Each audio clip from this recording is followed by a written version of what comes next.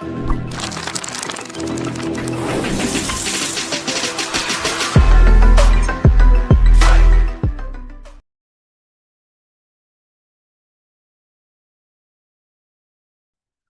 and welcome to this lesson. Now that we learned about creating visualization or visualizing the data, let's move forward and learn about something new and something a bit more interesting. I want to introduce you to something called calculated fields. Calculated fields are fields that are generated from our existing data. In some cases, we might need an extra field that is not given in our data. The easiest way to get that entry is to calculate it from the existing data. Calculated fields are based on a number of methods, such as we can add 5 plus 5 to get 10. In that case, we are using different operators. We can use different operators such as plus. We can add numbers, we can subtract numbers, we can multiply, and we can divide, or we can use other different mathematical operations. Calculated fields can be based on business rules, such as calculation of a profit ratio, return on interest, and other things that are related to business or finance. Then it can also be based on data points. Different data points can be brought together. We'll start by learning how to use calculated field on row levels, where we can have aggregates and row level calculations. A calculated field can be created by clicking on this panel and clicking on create a calculated field, and now we have a place to type. We have an area to type our formulas or functions.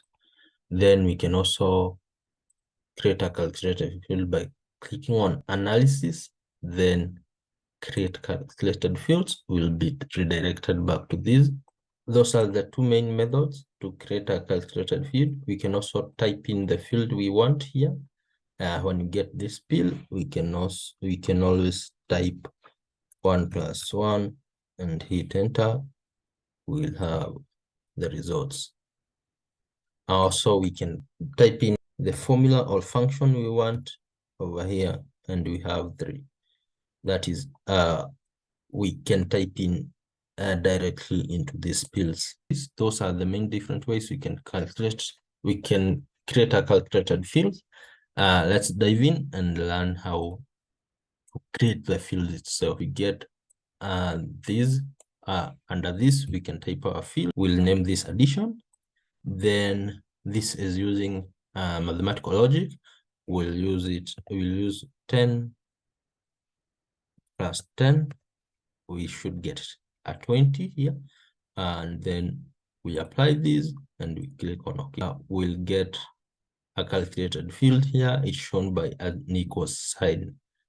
We can also edit the field. We can edit this, and let's now use an existing field. It's easy.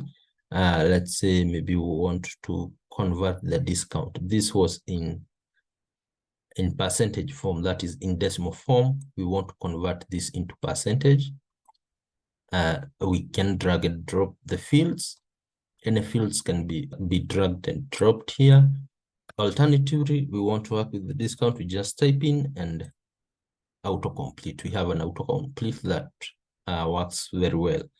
Then we want to multiply this by 10 to get the percentage value of the discount. Let's apply this, then okay. Let's work with the product name. We place it there. We have too many. Let's just have them all. Then we have the addition, the calculated field. Let's make that text. And you'll see that we have and then let's also work with the original discount. Let's see, where is the discount? We have the discount. Let's place it here under text, the discount. This is this times 100. The discount multiplied by 100. We can always remove this, and that's it. We have calculated field in a simple way. That's the easiest way. We are using calculated field to calculate the percentage value of the discount. When creating the field, we'll have these are called the functions. These are the function, and this is how the function works. We have aggregation function, yeah, and these are such as minimum, maximum, and so on. And also we have different types of function. We have number function. We also have table calculation. We have spatial calculations. We have string calculation, that is that involves string entries. Let's work with aggregate, and let's find the total sales. How do we calculate the total sales?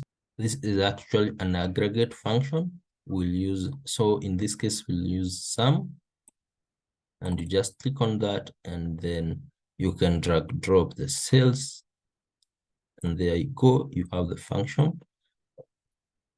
And in cases where the function is not correct, you'll always get this notification here at the bottom. It shows that we have an error. And this red marking shows the correct. We still don't have the correct function, and we have an example here. So we are missing that, and we should close with a square bracket. There you go. We can apply this and say okay. Then total sales.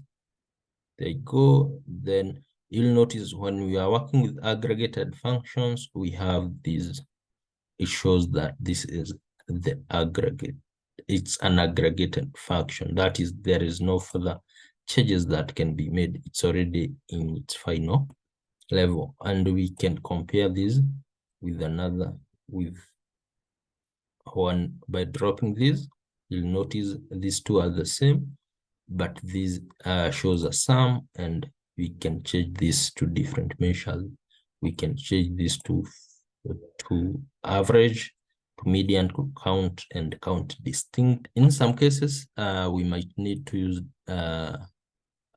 more complex functions, or in other words, we may need to use conditions. Let's create a new field that's called profitability. And in this, we'll say if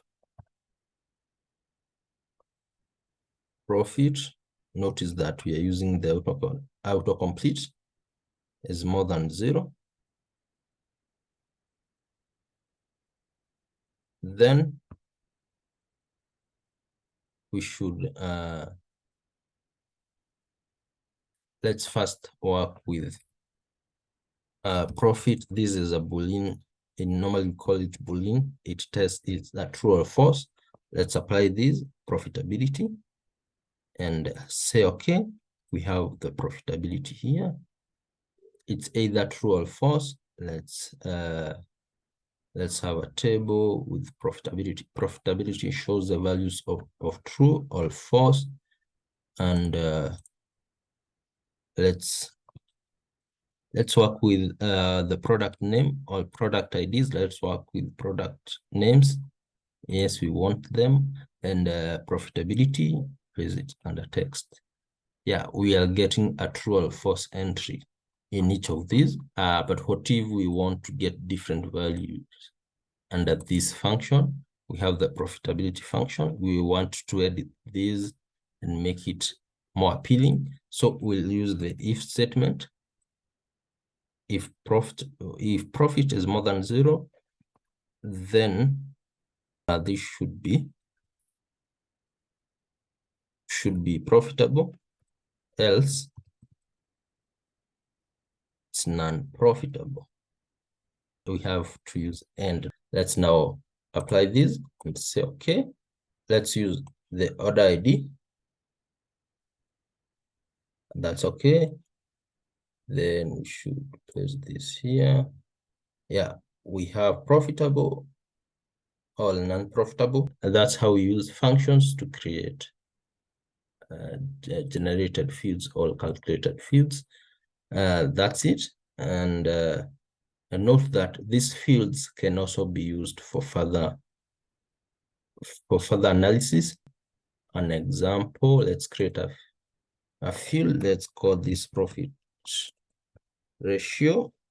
Profit ratio will be calculated by sum of the sales. Sorry about that. I will be calculated by the sum of the profit. We have the profit, then divide this by sum of the sales, and there we have it. We can apply this. We can move further and use this profit ratio. To create a visualization. Let's have it there. You can see we have this under text. Let's get this out. There we go. What we are getting here is the profit ratio of the different shipment modes, and we have a nice chart. Let's fit this to width, and that's it. You can see the highest is the first class, has the highest profitability with a 14% profitability. We can also make it look better by placing color there, and we can hide this. There you go. We have a nice chart, and we can also divide this based on the regions and invert that to have better charts.